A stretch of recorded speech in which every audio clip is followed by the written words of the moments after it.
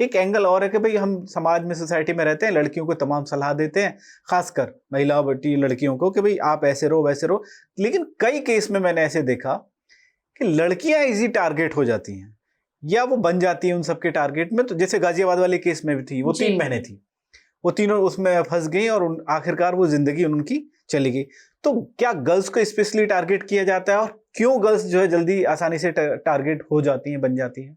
Girls का ना बचपन से जो पहले का टाइम था उसमें ये कहते थे कि तुम्हारा कोई राजकुमार आएगा, ये सारी चीजें। अब बच्चे फोन देखते हैं।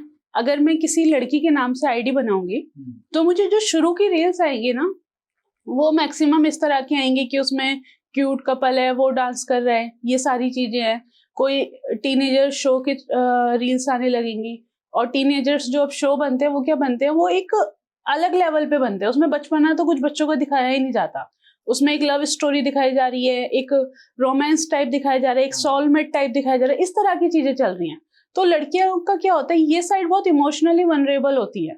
उन सबके माइंड में ये रहता है। जैसे मैं अभी स्कूल में गई थी सेमिनार करने, तो गाजियाबाद का एक टॉप फेमस स्कूल है, उसमें 6th क्लास की जो लड़कियां थी उनसे जब मेरा इंटरेक्शन हुआ तो सबका ये था कि मैम उस वाली सीरीज देखी आपने, ये वाली सीरीज देखी, उसमें कितना अच्छा वो था, ये सारी चीजें थी।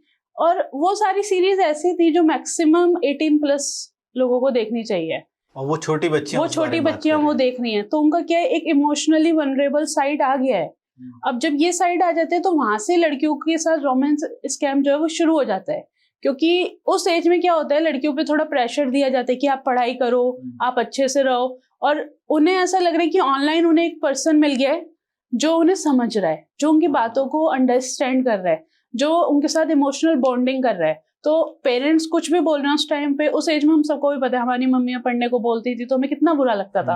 अब यहाँ पे क्या हो रहा है, बच्चे को हम लोग क्या करते थे, हम लोग शाम को डैडी आएंगे उन्हें बता देंगे, ये कर देंगे वो कर देंगे, हम लोगों का इतना ही रहता था। लेकिन यहाँ बच्चा क्या कर रहा है, अपनी हर एक छोटी से छोटी चीज किसी स्ट्रेंजर के साथ शेयर करने लगा।